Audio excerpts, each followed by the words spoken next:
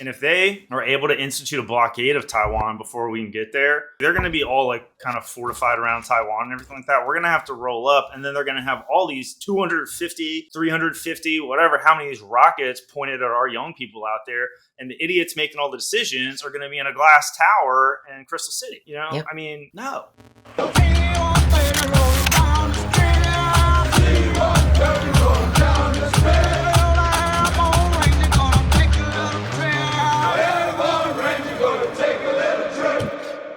Hi, everybody. This is John Koenig back from Real Veteran News with my old friend Marie Ballerini Hunyon, also with Real Veteran News, and was also on my old videos, our old videos on Authorized Media, but hasn't been on Real Veteran News yet. How are you doing, Marie? I'm well. Thank you, John. Good. It's good to Good be to have you here. here. Appreciate it. Marie's part of the old crew that helped me to figure out my ideas and to help me work on the format and everything over the last couple years. And we're getting to a better place. Got some new graphics and all that. What do you think about the show and everything? I like the new format. It just seems better put together than the other. This is really good. I like the articles too. Yeah, everyone's getting better. And like I said before, even when I was trying to improve the old show, and then I kind of just created this new brand to shift it. I took what I thought was working before, and there was a lot of stuff that I tried. I was just trying a lot of stuff. I was just fooling around. I was angry. I was having fun. It was just like a lot of stuff. And now it's just much more focused. I've been watching the news much more intently. I mean, since it started, really, I've been watching the news like more than normal. And I was already addicted to the news before this, but now it's like I have this obligation to make sure I don't miss anything or whatever. And it's been since, middle of 2021 since really started this, and just seeing a lot of stuff and just thinking and a lot of the regression. I understand where the focus needs to be a little bit more. I actually was thinking about this last week. I know the last couple have been kind of long. I'm working on how many articles doing and stuff like that, so I have less articles this week. I think that in general, cover a little bit less. There is a saying that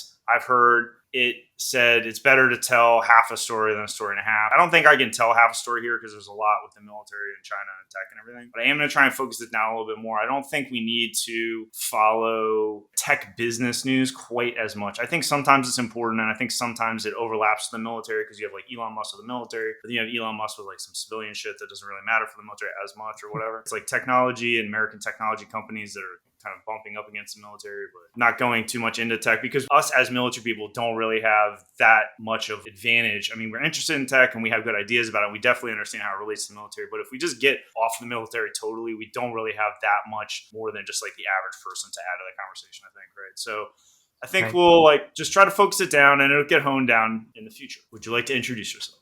Sure. I enlisted in the Army when I was 38 years old. That was 14 years ago. I just ended my military career. It was great while it lasted. I was a signal soldier. I went from a fuzzy to an E7, Sergeant First Class. One below my goal. I wanted to be Master Sergeant, but that's okay. It was a good time. Got one combat deployment, one mobilization to Kuwait. It's where I met my husband, who's also been a guest on your show, Jesse Hunyon. I worked for a contractor, worked at Department of State where I met John, and then did some cybersecurity stuff. And after my second mobilization, we ended up moving out to Kuwait for a few years. I got a federal govy job. I was a Blue Badger. Woo!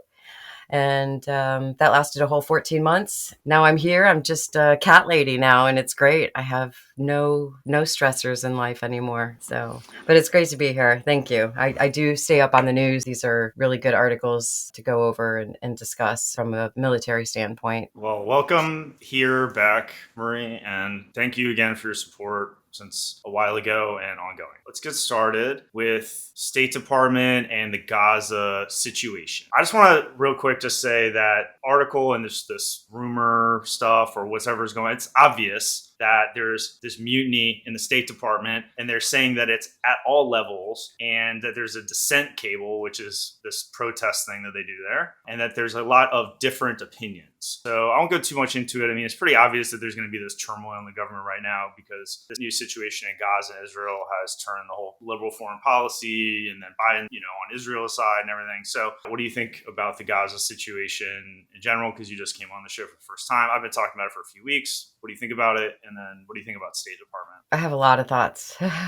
Let's keep my words clean. It's heartbreaking. It really is. A lot of people don't know the history and how we got to this point. It's just a matter of, supporting your homeland or your where your family is. There's a much bigger picture. I don't support Israel. I don't support Palestine. I don't support Hamas. I support civilization and liberty. As an American, freedom is first and foremost. And they're cramming so many people into this tiny little box of a country, and people are being pushed out. Well, it's like a pressure cooker, right? It's like a pressure cooker. It is, you got the exactly. sea, and then you got the Israelis on, and then you got the Egyptians don't want anything to do with it, and they're just or the Jordanians, or it's just heartbreaking. There's a lot of casualties that are civilians, and 50% of the population of Palestine are children. Most of their parents are already gone, so they're being raised by their aunts and uncles and grandparents that remain. They've been being pushed out of their homes for years, 75-ish, and it just continues. And now it's just a blatant disregard for humanity. We all know that Israel has the absolute best defense. I can't understand how this happened. A lot of those questions are reeling through people's minds. How could this possibly happen? I guess maybe we'll never know. Oh, I think they're going to find out. I think there's a huge measure of government incompetence. It's this perfect storm of factors where it's a good operational planning, there's governmental incompetence, all this distraction going on, political splits in the military.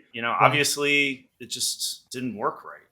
No, it didn't work right. We have an agreement with Israel for passports. I think it's called the Aliyah, where if you are an American citizen and you come from Israel, all of your children will therefore get both U.S. and Israeli passports. It's like a reciprocity. And then, it just goes on and on and on. So we have a lot of Israelis who are dual citizens with America. So we don't really have that with Palestine. So it's kind of like they're messing with our peeps, and I think that's why the U.S. is really involved at this point, even though we shouldn't be. They need to work out their own issues. They just do. We are not the world's police. We got to stop this. And everyone's heard everybody's opinion about it. And so let's talk about State Department. It says peers are depressed and angry. They also identified Tom Sullivan, who is the brother of National Security Advisor Jake Sullivan, and his focus on Israel and the conflict, saying that there's not much conversation about the Palestinians happening in high-level State Department meetings. There was that resignation of Josh Paul, who protesting the way the State Department is handling it. I don't know who this person is, but they say that he was known in the State Department. All right, if you were in the State Department right now, like if you were working back in diplomatic security where we're right now, and all this was like swirling around, like what would you do? Would you be talking to me? Would you quit? What would you do? Would I quit over it? Or would you just go to work No. every day and just ignore it all? I'd go to work every day. Secretary Blinken says that he's open to everybody's differing opinions, because this is important for him to be able to understand the viewpoints of all of the people at the State Department. Is he really listening though? You can say that, in one hand, and then actions speak louder than words. Where's the mechanism of listening happening? Right. There hasn't been listening for the last 3 years. What happens when this gets worse in 10 days, which it will? So. Oh, it absolutely will. He's going to do whatever he wants. The people have a right to say what they mean and mean what they say. I don't know if the Hatch Act would apply. It should still apply, but he wants to have the differing opinions, and people are being given the platform to disagree, dissent, have these dissent cables, and we'll see where it goes. It could also open up the door for finding out if there are any insider threats that, some people who would be, there's a couple of them that are blatant about it right now. Ilhan Omar, Rashida Tlaib. America first. That's where it should be, America first. And that's what everyone's concern should be. We have enough homelessness and employment and medical issues here that we could be paying for, rather than taking billions and giving them to other countries. That's where my stance is. Billions to other countries. I get that. Functionally, we do have the money. We're giving way more money to Ukraine. However, the big problem here isn't how much or how little money we give to Israel, because that's not going to make a difference, in my opinion. It's like the Arab diplomats are saying to the American diplomats, is that if we just back Israel all the way, that we will lose a generation of Arab and Muslims that will all hate America again, because that previous generation that really hated us when Israel whipped them down before is old and dying and stuff now. And the younger generations don't quite have the same with us, although they still don't really like us that much. But this essentially gives a new impetus for terrorism, for a new Al-Qaeda, Al-Qaeda 5.0, ISIS 7.0, whatever the fuck you want to get into here. Right. But if we don't do this dance well, and if we make a misstep, we're going to be fighting China, the Muslim guys and maybe Russia, unless something happens there or something, all at the same fucking time at some point. And Iran. Right. I mean, just like everyone. I totally agree with that. In the Muslim world, most of the leaders are older, much older from my perspective that I've seen over the last couple of years. They're not going to be in these positions for long. The MPs, I don't remember what they call them in which countries, but there's going to be younger generations that come around. I think the younger generations are angrier than the current generation. So when we replace, we're going to see a lot of flipping and flopping on, whether they want to support the Western world or not. I mean, we're seeing that right now, but a lot of sympathizers, the coming generations. Attitudes are changing. They are changing, and they're changing drastically. And when the people change, the attitudes will change, and the atmosphere will change, the environment will change, and it's going to get worse because there's going to be people who are like, we've had enough of the West. We've had enough. They're feeling that way now when you go onto platforms and see discussions of Instagram accounts in other countries, news stuff. The people speak. They say what they mean. There's a lot of people who are not friends of the U.S. anymore. People who were, I know in Kuwait where I used to live, a lot of people are very angry with us. As an example, I have a friend who was a Terp during the Iraq War. He was very supportive of the U.S. and now he's just like, wow, I can't believe this is happening. And, they're turning their backs on us. We thought that we were friends, and that's the feel over there right now. Because of Gaza? Yes. Yeah, a lot is happening online. A lot of these pictures and videos and memes and arguments and clips from TV shows are just swirling around, here, there, the whole world, but internationally, also locally. But now they shut off the internet in Gaza because as of right now, the Israelis are rolling in something. I think I saw in the news that said they hit 150 underground sites in one night. Seems like they were trying to get some element of surprise, through that pause that they had there. But it seems like they're not too worried about the hostages anymore, and like they're about to go in on Gaza. Doesn't seem like anyone really knows what's happening in there right now. No, it's a ground op. And I think a lot of people are hiding in those tunnels because they think it's safer to be down below than it is to be blown up in a building that's 12 stories high. If there are any 12-story high buildings remaining in Gaza right now, it's going to get really bad. Yeah, no, it's already pretty bad. Creeping with our destroyers. And, we bombed Syria a couple days ago already, as a countermeasure to... The Iranians been hitting our guys in Iraq and Syria and stuff with their drones. And I think we have counter drone tech or whatever, but for some reason, some places didn't work or whatever. They responded by hitting some empty warehouses in Syria, I think. It's kind of just like the bare minimum, okay, we can ratchet this up type situation. The analysts that I've seen are saying that it doesn't seem like anybody really wants to fight that much more. It almost seems like this Gaza thing got out of hand. Maybe the operation was just like more successful than it was supposed to be, and then that caused a more significant Israeli response than was expected, because like Hezbollah wasn't even ready, and Iran really wasn't even ready either. Like Iran doesn't want to fight, and like we don't really want to fight because we got Ukraine, so it's like nobody really wants to fight. It was just this like terrorist attack that was atrocious, and the aftermath, so it's like spiraling kind of out. Like, who knows? We'll see. It might happen. But it's working to the advantage of Israel. The history of the Palestinians being forced from their homes is very, very real. And I think that's what Israel wants. They want to cleanse their land, get rid of anybody who is a dissenter of Israel, denounces Israel. I mean, there's Palestinians that live. They let Palestinians live in Israel. There's Israeli citizens, and there's a lot of Israelis that are fine living with Arabs. That's true. There's the hardcore and there's the hardcore on both sides. Right. The Zionists. No, that's the Zionists. There's some people that want the whole land and they don't want anyone but them on it. They do. But I mean, I've seen the videos of the people who have lived there for, hundreds of years. Their families have lived there and, now they're being kicked out again, and all their possessions are thrown out of the house and they're left with nowhere to go. And this has been happening over and over and over and over. And it's not just like onesie twosies. This is like whole sections of cities that they've just been kicked out of their homes because Israel wants it. Sorry, gotta go. That's not right. What are you going to do? I mean, we're being invaded by our border by military-aged males from all over the world right now. All right.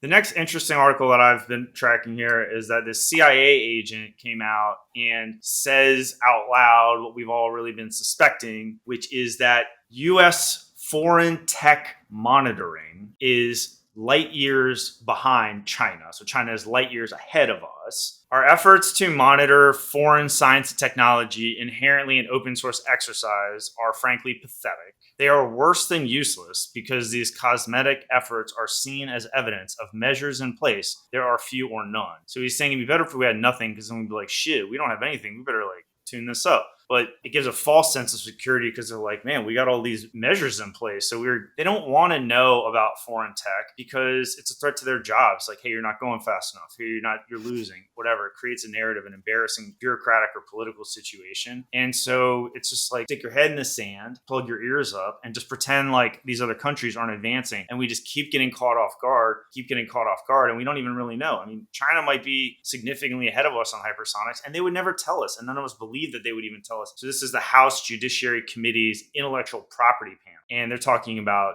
technology transfer. We all know China has the ability to create these. I mean, Taiwan's just across the river, like across the street. I think that there haven't been any guys who've dissented and left and said, hey, I'm helping China. They're offering me a lot of money. I might be dead in 10 years, but they want my brain. Oh, they're recruiting. Yeah. Absolutely. Absolutely they are. So we know that they have the capability and the drive, that's for sure. And they're never going to tell us what their capabilities are, because then it makes us smarter than them, because we know what they're doing and we know what we're doing. And they are progressing at light speeds ahead of us because the Chinese people support the Chinese government more so than they don't. In America, I think it's like 50-50. But they're under information and operations control. They don't live in an environment where they have free access to information. Exactly. It's a manipulated political situation. Absolutely it is.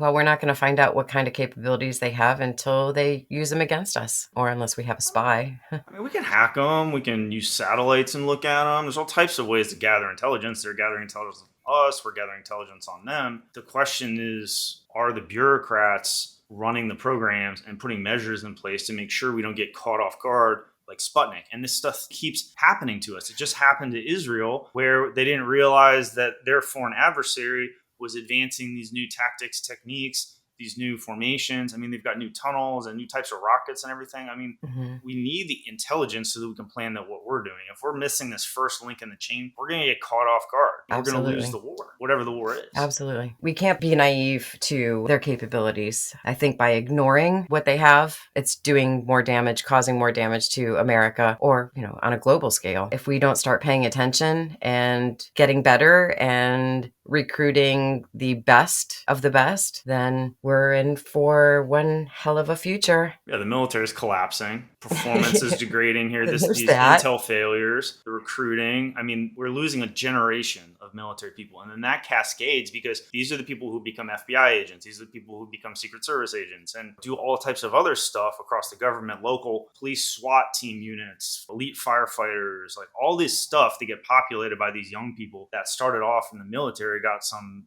grit in them through that military experience. Like, we're going to lose all of that, and we're all just going to be soft hands. And, the robots might come in and save our ass and everything, but they have to change, and we have to change the way we're recruiting and all these things. We cannot let these intelligence failures keep happening. It's malpractice. It's suicidal. It's unexcusable. Pay for all this intelligence. We need to know the real deal. But, people with power, because it becomes powerful. So then the people in the power, they're like, well, I'm powerful and I control all this intelligence and I want to stay powerful and I want to become more powerful and I want to turn that all into money and I want to make my friends rich too. And I have my own ideas about the government and everything. So I'll just use my power to control this intelligence. It's just like foster what I want a little bit. You know what I mean? Exactly what it is. And everybody just does that a little bit and a little bit and a little bit. And all of a sudden the system's all off kilter. Yep. Because it was every man for themselves. Being from this area, I'll tell you what a big factor, and people think the government's the same as the government was. It's not. Because in the government, what happens is in this area, people grow up in a government family. And then that family knows all the rules, knows all the tricks, knows all the people, knows where to be, where not to be, like how to do this, how to do that, how contracts work, how to make money, how the game works. And they teach their kids from the jump and they just slide right into it. And that kid kid is like, it's like a kid that was raised by a computer hacker and whose dad was like teaching them how to like hack and code when they were 5, 6, something like that. Mm-hmm. Or like LeBron James's kid or something. Because it's just like from a very early age, just patterning,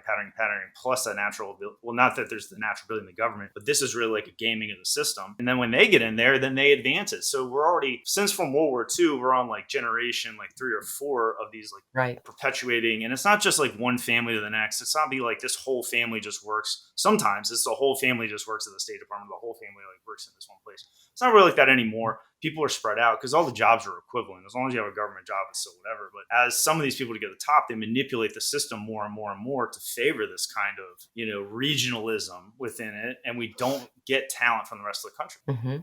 That's exactly right. And it gets insulated, which causes us to like lose this type of shit. And this is how the terrorists get over the fence. It's because all the people in DC are up. It's not an ivory tower, but it's like, like a glass building or complex or whatever you want to fucking call it. You're isolated from what's out there. And the young people don't like it either. The young people don't like it. And they're not joining the military. They can see it. I agree with you 100%. It's like that in many different sectors of government positions. It's police forces, it's military, it's State Department, it's USAID, it's PRM. I've seen it in every facet that I've worked in, every sector that I've worked in. It's family. It's pervasive. So, hopefully when they get our tech monitoring up to scale, they will be able to track China's carrier killer ship killing missiles, which in 2022, they increased their stockpile of intermediate range ballistic missiles, which is these ones that are going to hit our ships out in the Pacific, from 300 to 500, which is a 66% increase in one. They have 250 launchers and then 2 missiles per launcher. So they can really launch a lot of them at a time, overwhelm anything we got out there. They did some sort of tests in 2020, and they're saying now that the DF-26 IRBM missiles are now a ship killer missile, not a carrier killer, because they could just hit other ships. They don't have to be these huge carriers. They could be smaller ships. They could just wipe us out. It's scary. It's very scary. I don't think our Navy can handle that, honestly. I don't know the capabilities of our naval warships, our boats. It's missile defense. They don't have that. Yeah. They can't handle that. Yeah, exactly. It's a suicide mission. Reload. How long does it take to reload? I didn't include it in here, but I did read an article recently, went over some options of how China has to handle Taiwan. And if they are able to institute a blockade of Taiwan before we can get there, they're going to be all like kind of fortified around Taiwan and everything like that. We're going to have to roll up, and then they're going to have all these 250, 350, whatever, how many of these rockets pointed at our young people out there. And the idiots making all the decisions are going to be in a glass tower in Crystal City. Yep. I mean, no. This is Who Sank My Battleship on a greater scale. And it's gaming. They don't have anything for us to sink. What the fuck are we going to do to them? Kill some Chinese people? There's a billion of them, literally.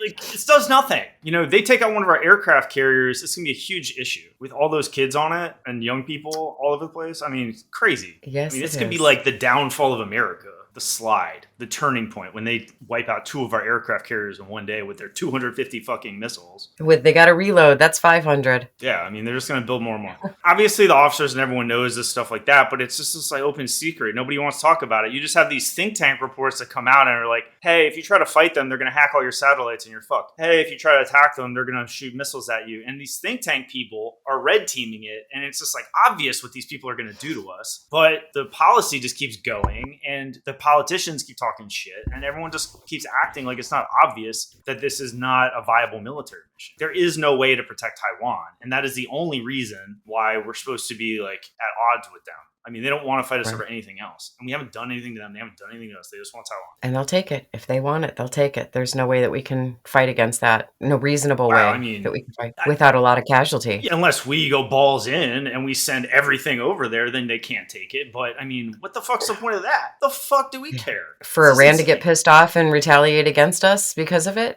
Because they're friends with China. I mean, they already took over Hong Kong. They're going to have it. We got to be smarter than this. So we'll figure it out. Hopefully we do. Another thing that they got to figure out, Marie, is the UFO sightings. Have you seen a UFO? I haven't seen one yet, no. They're happening everywhere. A lot up in your neck of the woods. Yeah, because they're up in Virginia around these military bases and everything. Yeah. UFO sightings that the Pentagon is reporting, who knows all this, we can trust them, but this is like what they're saying, are up 800 from 650 over some time period here. They're expecting them to keep increasing from hundreds into thousands in the future. Supposedly 50% of them are mundane. Potentially some of them could be enemy spies or something like that, although they haven't found any of those supposedly. And they're saying that 2 to 4% of them are true anomalies that can't be explained easily. Basically, I think that it's not that interesting because we have a lot more attention, so people are like paying attention more and more likely to submit them, right? I think that these things have been here for a very long time and that we're just starting to notice them. So this is just going to keep happening. And they're right. Maybe it might go up. What do you think? I'm not really sure what to think about it. Do I believe aliens exist? I think it's absolutely conceivable. I haven't seen them with my own eyes, but I haven't seen God and I know God exists, so...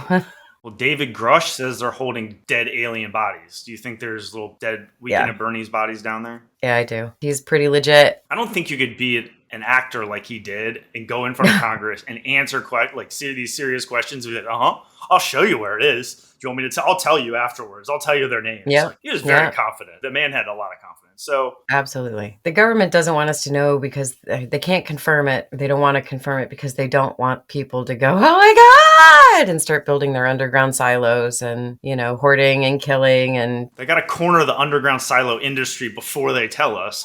That way they reap all the profits from the government mandated underground silos to protect us from the aliens that they hid from us for 90 years and just told us about. Yeah, that's about right. I also think it's probably convenient wag the dogs moments. Hey, look over here. Don't pay any attention to what's going on here. There's so many inner workings going on in so many different ways, from climate change to the war with Israel and Russia and China and Ukraine. And, where can we distract them? In China and Russia, they know these aliens are out there. They know these UFOs are out there. I mean, there's no way that they're just visiting us and hanging out in LA and Virginia. I mean, there's no way. They've been shooting at them. No. They've been seeing them. They got pictures of them. Maybe they have some dead bodies. One guy from Japan who says, yes, I've seen it. And Japan is just like, shh, don't talk about it. We don't want to talk about it because they don't want to be seen as the cuckoo crazy country. Let's wait until the U.S. says that it's true.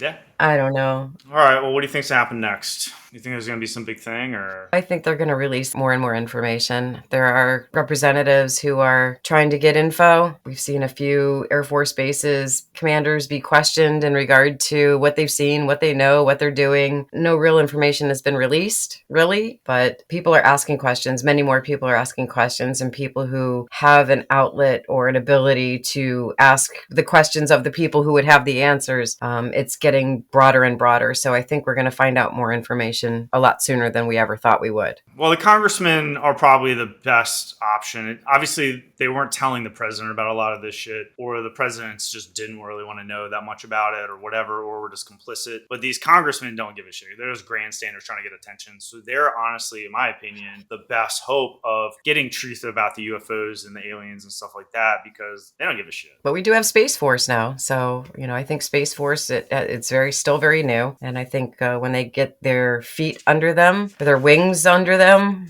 their rockets under them, when they get settled, I think they'll be in a position to disclose more information. But it's just going to be little drops here and there. It's not going to be, this is what we got and this is what we've been working on for 150 years. That's not going to come out because then they will admit to lying to the public. And so they're not going to go backtrack. It's going to be something new and undeniable. And that's when Space Force will be on top of it and release the information that it can. We'll see. I'm not expert on space, all that stuff, but what I can tell you is that if Space Force gets into a fight, they're going to get fucked up by these aliens. They got no chance. Y'all better stay out of that fight.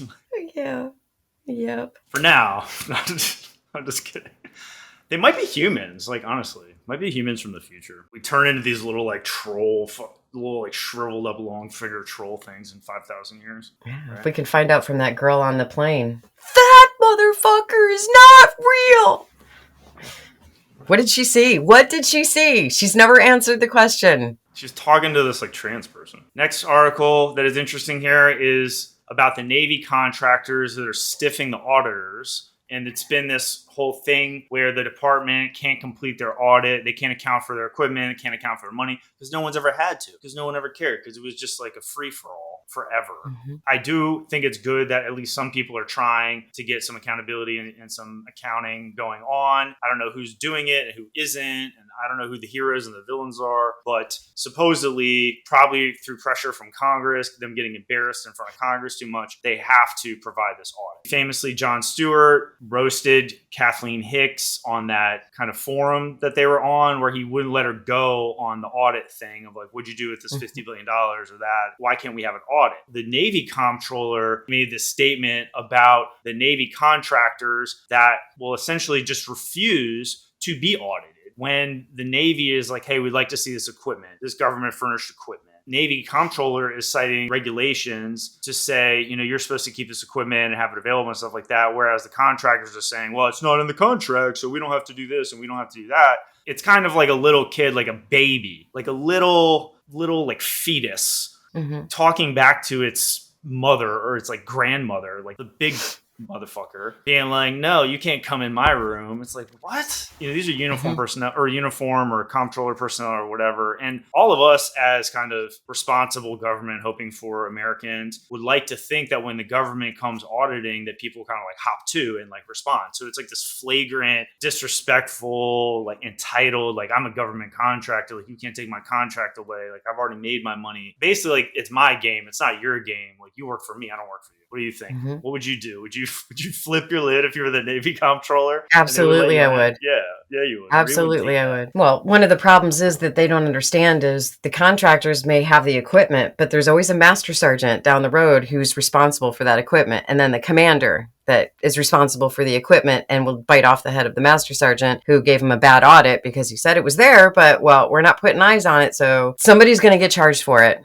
And it's not going to be the contractor. And that's where it needs to stop, because if there has to be an exchange, we deliver it, you receive it. Therefore, you are responsible for it. It's part of the fraud, waste, and abuse. This is millions or billions of dollars. It could be when all is said and done. Because like the attitude. I don't know who the hell you think you are. But you are employed by the government because we have purchased a contract with you and we're paying you. No, I think they should go in there, just like send their tactical IRS agents in there to do an audit.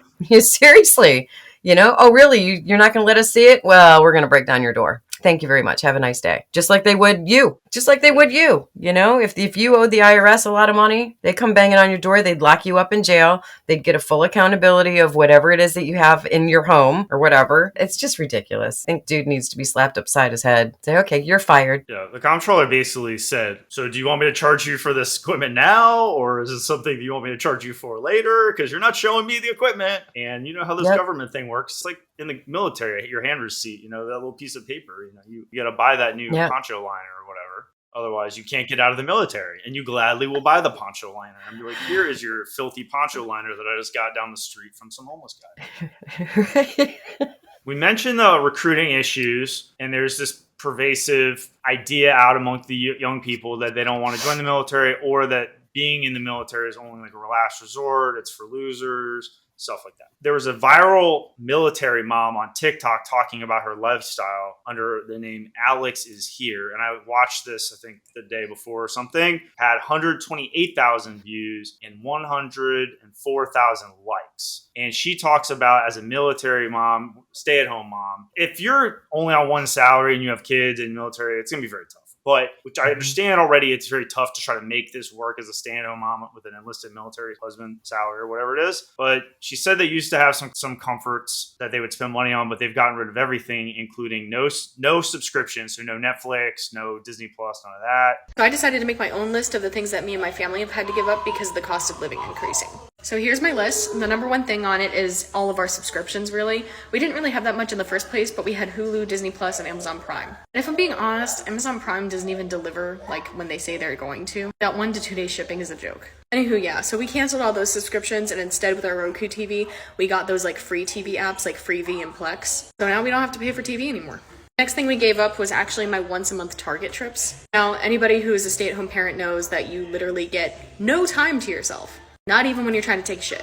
I used to go to Target once a month and I would set aside like $25 for myself just to get a coffee, get myself some face masks, maybe a t-shirt. Now we can't afford that anymore, so no more Target trips. The next thing that we cut out was actually eating out at a sit-down restaurant. I'm the type of person who always tips, especially I try to do like 20% at least. Because I used to be a server and I know that they don't make that much money. But honestly, we just cannot afford to eat out anymore. The only time we go to eat out is if we go to like McDonald's or Wendy's and then I use the app to get like free stuff with the points. That's the only time we'll ever go out to eat, and it's maybe a couple times a month, maybe. That's literally all the stuff that we've had to give up. Some of it is simple stuff that we used to enjoy, but with the cost of living increasing, we just cannot afford it anymore. They had to switch to like free TV, which I assume has ads and stuff in it. She had a personal day where she would spend some alone, mommy alone time, where she would go to Target and get a latte or something, spend $25, which doesn't seem like a lot. Once a month, she cut that out. She was working on the weekends, but then she lost her WIC benefits and her access to the food bank, which cost her more money than she made at the job. So she stopped doing that. She said there's no point in her working. So there's no way for her to kind of like work her way out of this. One person responded to this saying that's poverty trap that her mom was in when she was younger. They've got no eating out. They don't go eating out. And then these kids are growing up never having been in a restaurant, essentially, because their parents can't afford it, even though their father, I assume, is serving. They only go to McDonald's or Wendy's a couple times a month. She says they're not buying new clothes and that she has been forced is wearing maternity clothes still, even though she's not pregnant anymore, because she can't afford to buy new clothes. They don't go to the movies. They don't go out of town. They don't go weekends out of town. And they don't go to doctors that are out of town because of the gas. So she's explaining her lifestyle. It's a conversation there on TikTok and then these social media platforms, and that's where the young kids are. That one woman, by explaining her plight and a situation in her family, she's not complaining about the military or anything like that. She's just saying, like, we just can't do this. And I don't know what part of the country she's in, where the cost of living is there exactly. Other women hear that, so then maybe that woman wants to join the military, doesn't. Maybe she is dating a guy who's thinking about joining the Marines, and she's like, don't join the Marines, baby. You know, I saw this woman on TikTok, and she said they can't even go to the movies ever.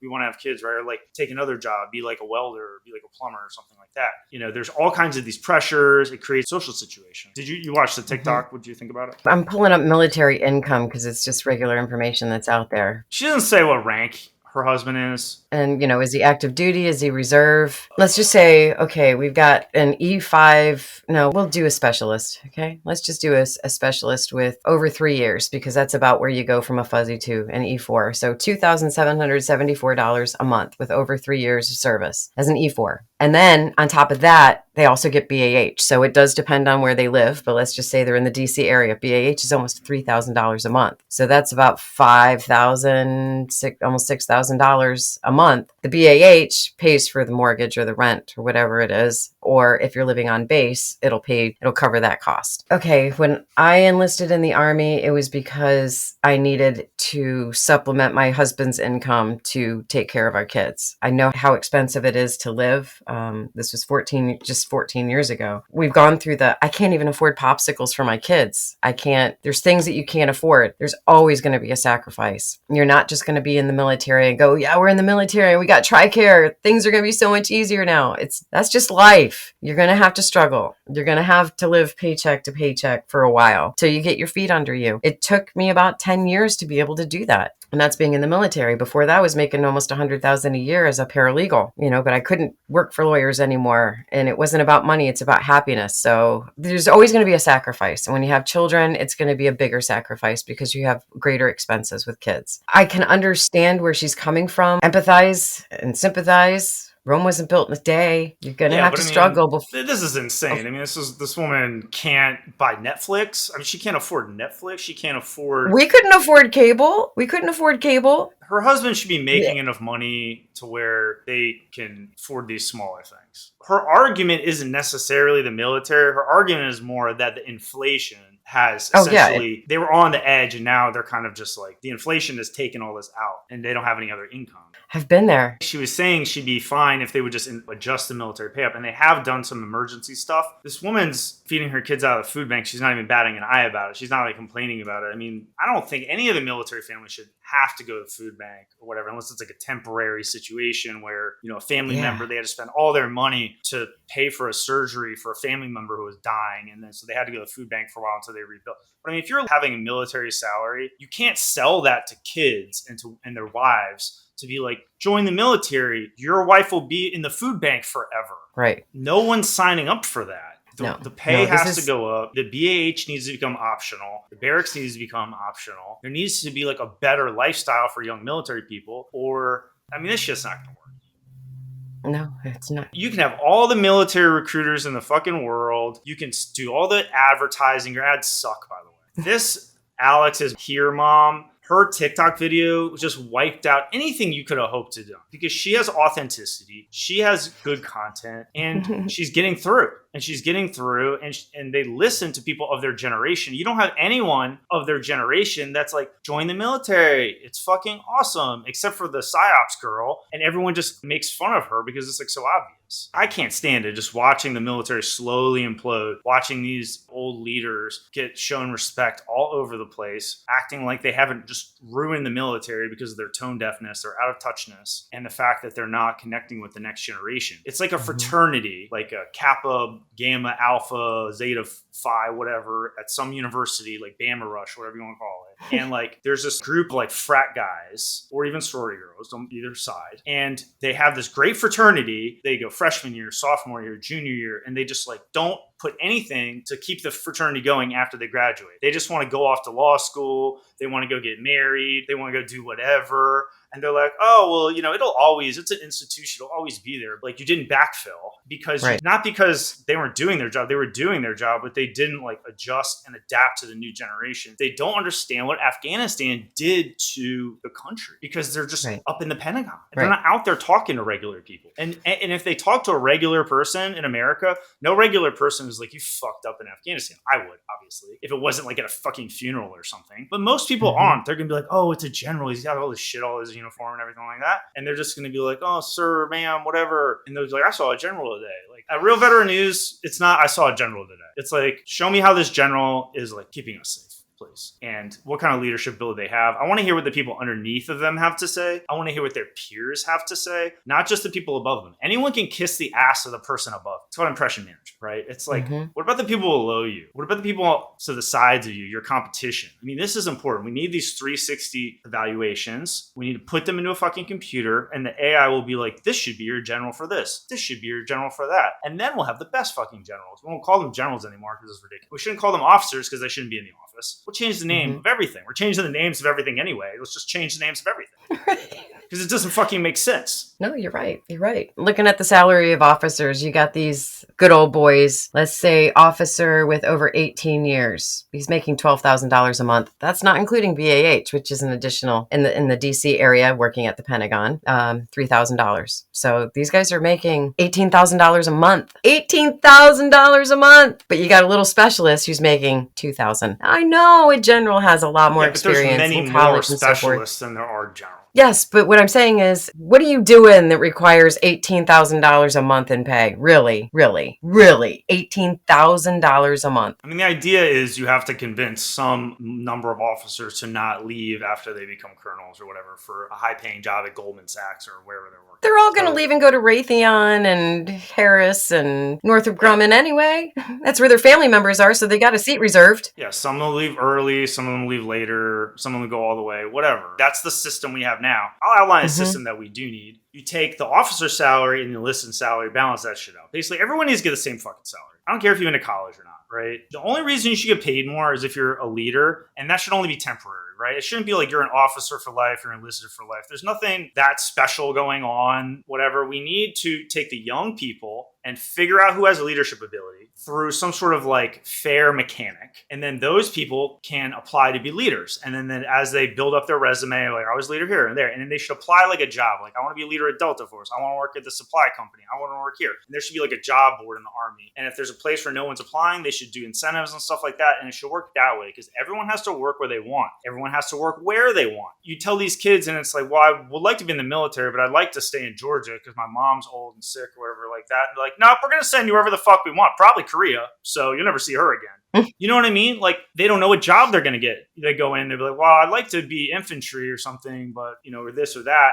For You're going to be a mechanic. Pick that. But, sometimes they shift you around or they change this or that. And maybe you go in and you go in as infantry. Like, I saw this guy when I was there and he shows up and he was tough and he kept going through Ranger training and stuff like that. But mentally, but he didn't have the body for it. He wasn't big enough. He wasn't strong enough. He wasn't fast enough. He was probably a good dude. He probably could have done a lot of stuff in the military, but his recruiter wanted to get his numbers up for 11 Bravo or for however he wanted to do it, or didn't care to be like, hey bro, you probably shouldn't be in 11 Bravo. And so he ended up here and he had this really tough time. So, and then he goes back and tells that. But imagine if the kid went in and it was like, yeah, they signed me up as 11 Bravo because I was all gung-ho to be a big, killer guy. And then I got there and these guys were like, everybody was 7 inches taller than me. And, I couldn't run fast enough, but, they recruited me and then they taught me Korean or Russian. And now I'm in intelligence and they showed me all this respect and I love it. I'm never leaving the military. Then the kids back in his hometown be like, yeah, Jimmy, they treated him pretty well. Maybe I'll try my luck in the Marines or something like that. But it's the reverse because you really don't care about him. He's just a number on a spreadsheet. You're like, oh, broke another one, throw him back and give me a freshie. And not even figuring out why are their legs breaking? Why is everybody's legs breaking in basic training? Why are their ankles breaking? Why are their hips fracturing? Because old people like me that enlist. No, it's because they take these civilians, they slap some shitty shoes on them, they don't tell them how to run or ruck march or anything properly, and they're just like, hit the road, Jack, and you're on a fucking concrete road for 2-3 hours, and they're not ready for it. And a lot of them break, and then we pay them disability for the rest of our lives, and our country goes bankrupt, and they don't fight, and it's no good for them either, because their bodies are all fucked up. They get the check and everything, but they have to go around every bar for the rest of their life. Like, yeah, I was in the Army, but I got shin splints in basic training or something. I mean, it's like... It's not good for anyone. It's just fucked up. And military mom, God bless her, but stuff like this keeps happening and it's going to just keep going down. And there's no mechanism to remove the leaders. They'll just keep lying. No, you're right. And everything's fine up here at $15,000 a month. We're fine. I don't know what she's talking about. It's the money, but I mean, it's not so much even the money. Maybe they're married to someone who's rich or they come from a rich family or they'll make money after. It's not so much the money. It's the out of touchness because it's like they're just abstracted. They're the ring knockers. They're the ring knockers. Except for the infantry and the special ops generals and the people who like getting their dick dirty. No general who doesn't want to get their dick dirty is getting their dick dirty, right? Is that a general rule that we can all agree to here? So the ones whose dicks are not dirty need to be more on the front line. At least the Russian officers are up there getting killed and shit. Our guys are all up in the office, playing around with spreadsheets, not talking to people, not figuring out problems. Love of country or love of money? Well, it's just an obedience to a system. I'm not saying everyone's stupid. Everyone understands how this works. Everyone who works there for 2 days understands how things flow, but it's a monstrosity and nobody thinks they can change it, right? So they don't want to talk about it because they just don't want to think about it. And I get that. And it makes people uncomfortable. That's my concept here is I would just say it, and we can talk about it. I mean, it's something to talk about. Why not talk about the obvious? Also obvious is the purge happening in China's military and in political structure, right? Chinese politics. The Purge. The Purge. I am going to do my best to pronounce the names of these Chinese gentlemen who are no longer with us politically. Over the last few weeks, there has been a purge in China's military, including Defense Minister Li Shangfu, Foreign Minister Qin Gang, and head of the rocket force Li Wuchao, along with 2 of his deputies. And then we've also got the unexpected heart attack death of beloved former premier and political counterweight to Xi Jinping, Li Keqiang. And you might remember him from the famous video where the previous Chinese president, Hu Jintao, was dragged out of the Chinese Communist Party for the last time in front of everybody, and he patted Li Keqiang on the shoulder before he went out. It was like, you're next, buddy.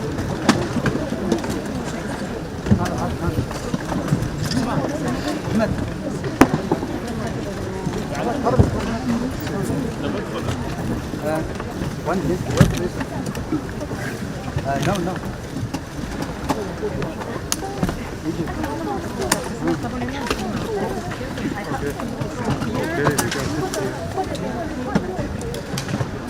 好，请问一下阴森在哪？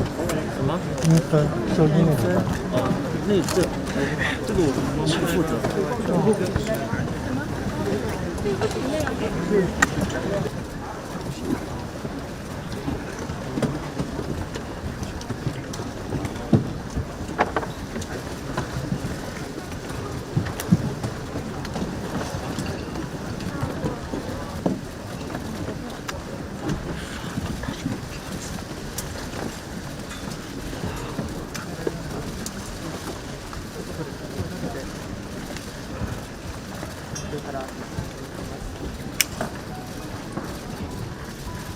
What do you think about the Purge? Is it over? I don't know if it's over. Xi brought these guys in with him. That's my understanding. He brought all these people in with him, and I think he gave them the time to prove yourself worthy of being in the position, or you're done. Or they were like, this isn't the direction we thought we were going in. We don't really support this kind of endeavor, President Xi. And he said, okay, bye, you're done. Well, we don't know what happened, but the purge is definitely happening. Because this is centered around the rocket force, but for them, we've been talking about the rockets. The rockets are a big deal because that's one of their main mechanisms of defending against us, right? So the rocket force has been given a lot more resources, and they potentially were acting arrogant. And then because of corruption, which is all over China, is endemic, some of these rockets might have been, not made properly, or the money was stolen, or whatever.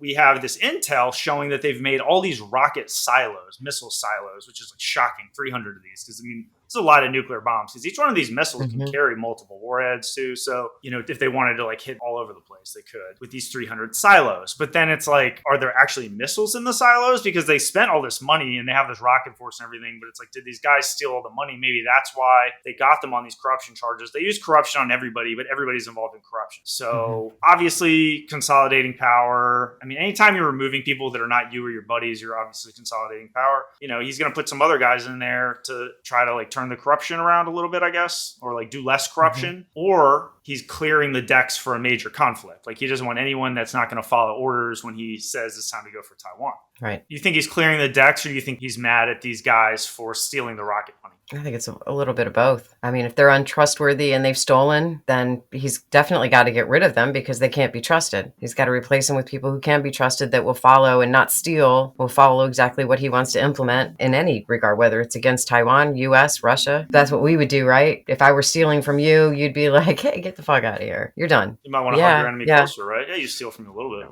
But maybe that's why they were there in the first place. Maybe that was why they were there in the first place, because he was like, let's see what you do. Let's see if you're deceitful or not. Yeah, I think he's clearing the decks. I think there's two things going on here. I mean, the heart attack, okay, could be nefarious, I guess, because the guy, he's probably under house arrest, but he could speak out. He could be some kind of counterbalance or something like that. Also, whenever one of these guys dies, they usually have these big mourning things that could be politically destabilizing. So I don't really see a benefit in him killing Li Keqiang. What I want to say is that I think that it's ironic that and fitting that Xi, who is probably one of the most corrupt people in the world and has benefited from corruption probably more than anyone in human history, and who is probably the actual richest man in the world right now and will be for quite a while, that he is being foiled, his plans for domination, now that he is on top of the pile, that these people are stealing from him and undermining his plans and his power, his own people, because they're stealing his own money because he can't manage them properly. This happened with their semiconductors. They were supposed to have these semiconductors years ago. That money got stolen. They're having trouble with other infrastructure. If they can't get these rockets, they're kind of fucked as well. So there's all these projects that they need. And now that he wants to push this information age military, he's going to need these projects and accountability, people that will actually follow through and deliver. You can't have this Chinese pickpocket shit anymore. Right. So I don't know if he's make an example out of that way. I mean, I'm sure he's pissed off. Something's not right with these guys, and they're all gone. No, I think you nailed it. The last article involves this congressional commission on deterring China and Russia. And it was interesting that their findings focused a lot on nuclear forces and also obviously on supply chain as well. We know that our nuclear ICBMs are pretty old and they've been going through modernization, but they're essentially the same rockets from the 60s, 70s, Minuteman rockets. So they want to replace them. I think they're already in the process of replacing them. There's all types of other stuff that we need. And they're saying that we have to be able to fight China and Russia at the same time, potentially. I mean, it's nice that they're actually coming to this realization that, yeah, we suck compared to these guys right now. And if we don't up our game, we're screwed. This is exactly where they need to be thinking. So Senator Roger Wicker, I'm really glad that he's actually looking at this, because it doesn't seem like anybody else is. People are all, no nuclear, no nuclear. Well, in order to deter those with that kind of power, We got to have something. So, I mean, it's nice that he's actually looking into this, and the realization is out there now. You can also have a situation where the nuclear company or lobby or something goes to these congressmen and be like, hey, put this nuclear guy on your commission and talk about nuclear shit nonstop and get everyone scared over China, get everyone scared over Russia. So it can be an element to that. It can be both. It can be a serious threat, and there can be companies hyping it up to make the government spend more money on them. This is just the way things work. It's conceivable. It is absolutely conceivable, but we are weak, and we don't know what our adversaries have. I mean, we kind of do, but we don't. Iran is building, and they're building fast, and it's going to be huge. And Iran they can just go like this to a nuclear weapon, and it's going to hit Israel. They need to consider all these things, but well, they should have considered it a long time ago, but I won't go there. If we don't up our ante and start winning the game of our military being the strongest military in the world, we're fucked. Yeah, they're gaining on us. We're losing our position. You said we're weak. I don't think we're necessarily weak. We can punch hard, and we have a lot of capabilities, and we have a lot of the best stuff in the world. However, I do think we are vulnerable, very, very vulnerable, and that better way of saying it. Leaving like all these gaps in our national defense, where it's like, oh, they can get us from here. They can take a hypersonic missile. They can, put troops over here. They can attack Ukraine when we're not looking. You know what I mean? Or the terrorists pop up in Gaza, and we don't know what the fuck's going on. Like, there's holes in our game. Like, if this is like a professional Major League Baseball team, Biden and these generals, like the general managers and the coaches and stuff like that, like, it's just off the fucking tracks. It's like we have a good record, but we spend way more than anyone else, and we should be at the top of the standings, and we should be in the World Series every year and stuff like that. And some years we're taking some lumps. You know what I mean? We're having some really bad games out there. They just keep acting like, oh, well, we're still the best. We're still the best. It's like, yeah, but I came out to the ballpark and just saw you get your fucking axe waxed, for 13 innings straight or whatever, and it was miserable. And you shouldn't be playing like that. And there's no reason for it, because you have the best of everything, except it's a cultural problem, obviously. And all your baseball managers are 105 years old. That would change, because the newspapers in Cincinnati or whatever town that is in would be all over this sports team, and then everyone hated it. The ticket sales would drop, and then the owner would fire the manager, get a new manager, re-promote everything, and fix the problem. But nobody does that here, because we have to pay our taxes. We can't not pay our taxes. So they're just like, just keep paying your taxes and shut the fuck up. We'll keep ruining the military. We'll keep taking advantage of the young people and poisoning them and sending them off on bullshit. And we'll take all the money, and you can't do anything about it. And we won't even respond to your auditors. We won't tell you the truth about the UFOs. We'll lie to you about the dead Americans. We'll lie to you about terrorist strikes that killed families. And then we expect you to believe us on the Gaza hospital off the bat. Like, just believe us. We didn't do the hospital. Believe us. Us. I'm wearing a uniform. Believe us. I'm not saying I don't, but I mean, when you talk all this shit and then you come back and you're like, our intel says this, it's like, we're not going to believe you right away. Right. You're liars. Millie is gone, but this new one is going to be, he's just going to be a smoother liar. He saw all the mistakes Millie made, and he's just going to be they picked him for his political savvy. Like, Millie wasn't picked for savvy. I don't know why they picked him. His gruff personality, maybe Trump like that or something. I don't know. But this guy is a smooth operator, and he's going to try to put things in place under the radar and just like pound it in. And he's not going to be making these mistakes on camera that Millie was making. Hopefully he's a better leader, but I don't know. We'll see about that. It's not looking good for him in my viewpoint, but they're political operatives. What's the chairman of the Joint Chiefs leading? Yeah, you're exactly right. This guy leading. He just walks around DC in the White House and just implements National Security Council shit. Yeah.